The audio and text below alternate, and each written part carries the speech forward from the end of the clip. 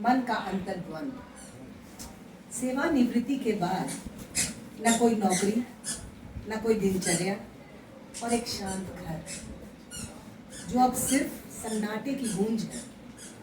मैंने अंततः अपने असली अस्तित्व को खोजना शुरू किया। मैं कौन हूँ? मैंने बंगले बनवाए, छोटे बड़े कई निवेश किए, पर आज 4 दीवारों में सिमट गया हूँ। साइकिल से मोपेड, मोपेड से बाइक, बाइक से कार तक की रफ्तार और स्टाइल का पीछा करता रहा, पर अब धीरे धीरे चलता हूँ, वो भी अकेले, अपने कमरे के भीतर। अब गाड़ी की जरूरत नहीं। प्रकृति मुस्कुराई और पूछा, तुम कौन हो प्रिय मित्र? मैंने कहा, मैं बस मैं हूँ।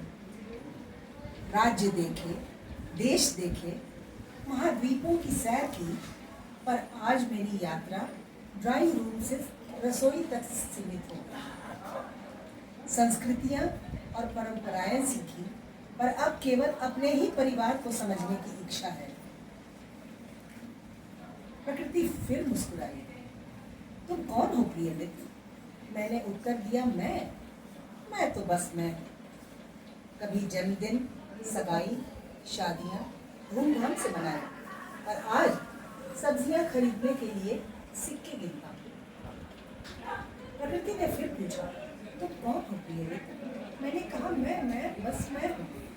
सोना, चांदी, हीरे लॉकर्स में चुपचाप पड़े हैं।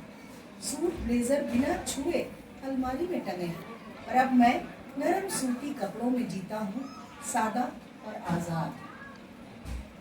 कभी अंग्रेजी, फ्रेंच व हिंदी में दक्ष था, अब माँ की बोली में सुकून मिलता है।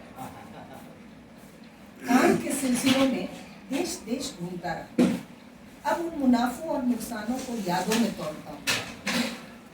व्यवसाय चलाया, परिवार बसाया, अनेक रिश्ते बनाए, मेरे सबसे प्रिय साथी पड़ोस के वो स्नेही बुजुर्ग हैं।